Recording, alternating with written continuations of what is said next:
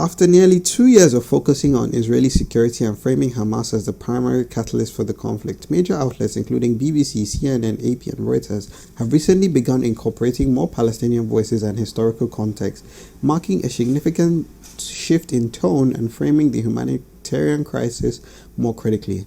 So I don't know what has caused this shift, and I think there have been two catalysts for it. But before I get into that, let me explain what the shift has been. Initially, the story was, well, Hamas is a terrorist organization and they did terror, so, fuck Hamas. And then after that, when Israel started responding, it was like, oh yeah, but remember Hamas? Remember what Hamas did? Remember what Hamas did? But I think after years of seeing the terrors of the Israeli military and the terrors of what Israel has been doing, I think slowly people are realizing that, history is not going to favor the Israeli perspective, because history doesn't care about framing, right? I mean, it does a little bit if you're the victors, but it gets to a point that Israel has killed so many more people than Hamas. There was a period in which on October 7th was happening every day in Gaza, meaning on October 7th, about 1,200 people were killed, which is crazy, which is insane. About 1,200 people were killed on October 7th. But there was a period in 2024 where about 1,000 people were dying every day in Gaza. So how can any self-respecting person still feel like October 7th takes more priority over what is happening every day in Gaza? How does that make sense to any rational person? Even if you feel like October 7th was the catalyst, October 7th is what happened first, it's still unreasonable to think that Israel is justified in continuing to strike Gaza. So I think that is where the shift was. That is where the shift moved towards after October 7th. And I think now people are realizing that history is not going to favor the framing, and history is going to look at it objectively and see the damage caused by Hamas and compare it to the damage caused by the IDF. And I think that is why people mainstream outlets need to find a cover as to how they were actually on the pro-Palestinian side all along. Like, for example, I saw a New York Times headline of how Israel's actions became unjustified. Became unjustified. Became unjustified after 18 months, not the period that they were doing on October 7th every day, but became justified after 18 months, so that in history they can be like, oh yeah, we were just horrified by Hamas's attack, but then we realized that Israel's actions became unjustified. They didn't speak out about it at the point that they were unjustified, which was at least a year ago, right?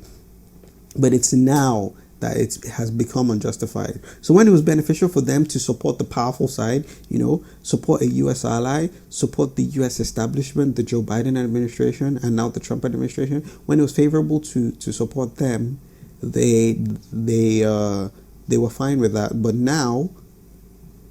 now that everything is calming down, public support is leaving Netanyahu, and now it's time for history to look back and find who was on the side of the Israelis and who was on the side of the innocent civilians.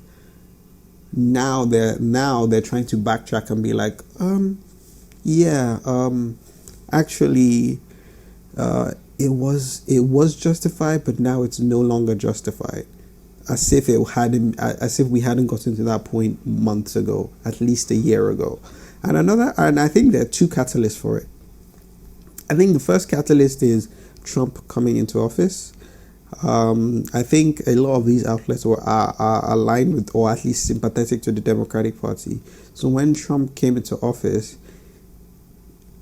in order to keep supporting Israel, you need to keep making the same arguments that Trump is making. And I think a lot of people kind of see the contradiction when you say, oh, Trump is evil, Trump is this is a fascist regime, but also we agree with him on Israel. So I think they needed to provide more pushback against Trump in a way that they weren't willing to against Biden. And second is starvation.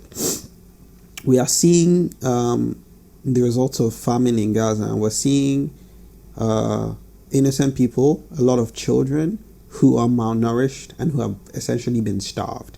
So I think it's kind of that that irrational thinking of thinking of like starvation is worse than death, right? Like 100,000 people die. Well, it's a war. What are you gonna do? But 100,000 people are starving, and I'm seeing them starve. It kind of feels worse to some people. Like if you don't think critically, if you don't think rationally, you're more emotionally moved by seeing someone starving versus hearing about people that died. I think those are the two catalysts that have made this the moment to switch sides, or this the moment to at least shift tone and phrasing. So yeah, I think that is what has caused the shift. Hi, sorry to interrupt this wonderful video that you were watching. I just wanted to remind you to like the video and subscribe. It goes a long way. For you, it might just take a few seconds, but for me, it makes all the difference. I only need a couple thousand subscribers to be able to do this full time, 3,000, 4,000 subscribers because of where I live. So to you, it might just take a second, but for me, it makes all the difference. So I'll just let you sit back and you can go back into enjoying the video that you were watching. Harrowing images and first-person reporting, including from Palestinian journalists themselves, have propelled international media to confront starvation and malnourishing in Gaza with strong language, famine, mass starvation, illustrating a broader mainstream acceptance of previously marginalized narratives. And before, it used to be, oh, there is famine in Gaza. Oh, people in Gaza are starving. But now we are seeing more headlines of Israel prevents food from entering Gaza. Like the media used to pretend that it was just, that it was a man-made famine in Gaza. Like, oh, it's just, those poor Palestinians, they just don't have food. Rather than, no. Israel is stopping food from going into Gaza. And not only, did I cover this? But not only are they stopping from going into Gaza, but they are killing Palestinians who are going to take food. So they are essentially like putting food in places, and starving Gazans are going to come, take food, and then I don't know what triggers the shooting. I don't know if they wait until the crowd is dispersed, is gathered quickly enough, or they wait until people are already leaving. So they've taken the food and they're leaving. So those that wait around, then they start shooting. I don't know what motivates the shooting, but then every single time that Israel has distributed food, they've shot people trying to eat. So it's not only that they're preventing food from going in, but when they do allow food to go in, when they manage the food distribution, they then shoot Palestinians trying to get food. With international correspondents largely barred, Palestinian journalists are frontline witnesses, obviously often reporting while suffering severe food insecurity and weight loss themselves, prompting media organizations like ABC, BBC, AFP, and Reuters to issue increasingly alarmed public statements. So, again, when Palestinian journalists were dying, silence. When Palestinian journalists were having their homes bombed, were being displaced, silence. But now that it's food, it's like, oh my God, this is an atrocity. I don't get it. I just don't get it. It just doesn't make any sense to any rational person to treat this as like a separate issue or not a serious issue. Media watchdogs and insiders have publicly criticized long-standing pro-Israel biases in editorial processes, including selective fact-checking and avoidance of key legal terms like Palestine or starvation. This has led to internal reviews, petitions by journalists, and growing distrust in newsrooms such as the BBC. And I think that's another thing that has switched the narrative is the journalists themselves. So these news organizations, they get marching orders from the top, right? They have special interest groups that influence media organizations. So these special interest groups, they give them information, they give them sources, they give them access into governments, they give them access to ask questions, and if they report favorably on Israel, they get better access. Now that's easy to do earlier in the war when you can just be like, oh no, October 7th terrorist attack, nothing to see here. October 7th terrorist attack, nothing to see here. But as time goes on and the atrocities of the Israeli military get more and more obvious and get more and more violent and just keep going and keep going and keep going and keep going, then more journalists in the newsroom go and be like, hang on, I'm complicit in all of this. Hang on, I'm complicit in all of this. Like you can turn, like, initially you can turn your head and just be like, yeah, I know it's wrong, but like I'm just doing my job. But as it goes on and on and on and on, it's easier to put more and more and more and more pressure.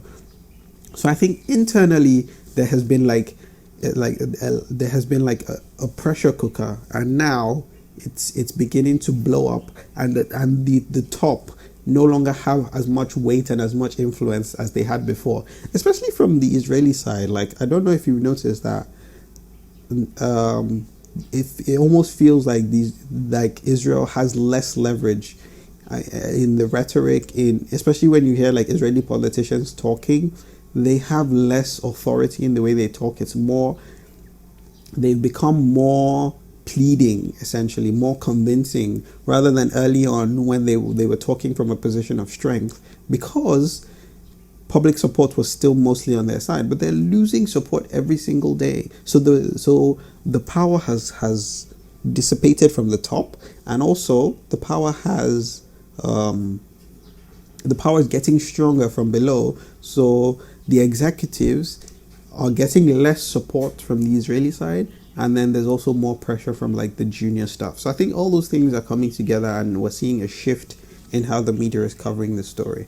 Please don't forget to hit the like button. The last time I talked about Gaza, the video didn't really do very well. I think it's just a very, very low performing topic, but I think it's a very important topic, and we need to keep talking about this. We need to make sure innocent people aren't being used as pawns and they are safe.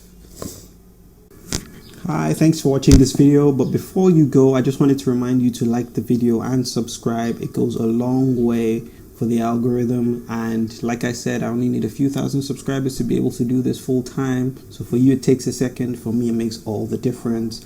Thanks for watching this video, thanks for liking, thanks for subscribing.